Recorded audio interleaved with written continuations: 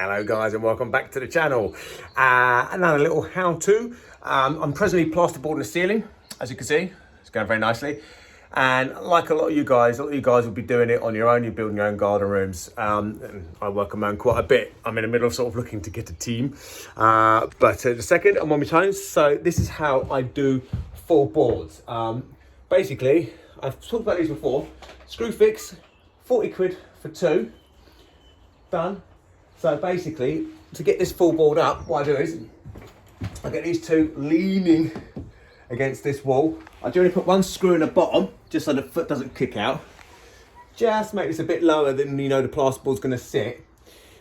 I get these two set up, ready for a rough height, lean them against a wall away from you.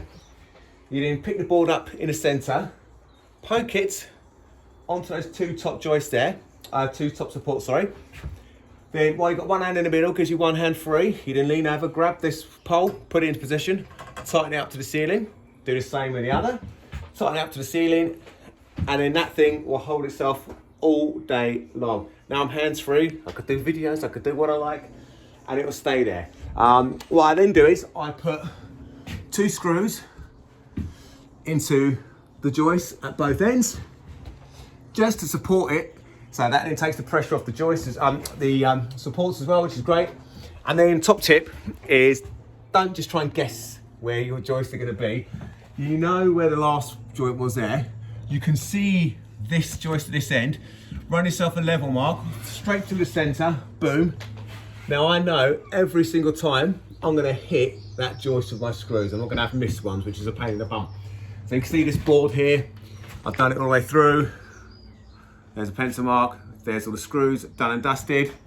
So I'll just go through now, and I've done one pencil mark to show, and then I'll run these pencil marks, and then that's it. Then I run through, bang, done and dusted.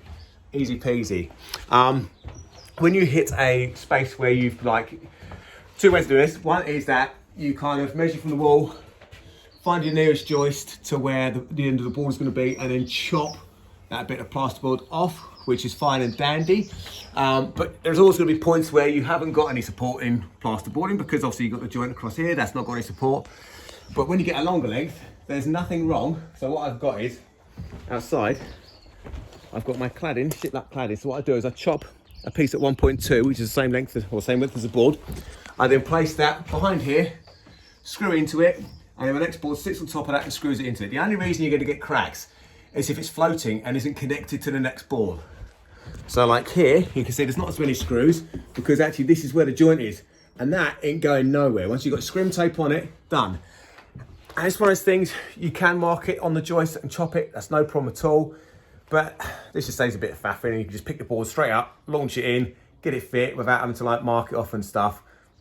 It's 50-50 if I'm being honest, but that's just why I'm doing it today. And yeah, it's suiting my mood. So there you go, top tip, that's how you do it. Buy some supports on your own. Like I say, it don't cost that much. What was that? 80 quid for this lot. But you won't just use it for doing this, you'll be using it to help support the ceiling, do these bits and pieces stuff. They're flipping handy, okay? And then once you finish them, stick them on eBay. Somebody else will have them. If I'd have seen these second hand on eBay and I had the time, I'd have brought them off you. There you go, top tip. See you later guys, bye.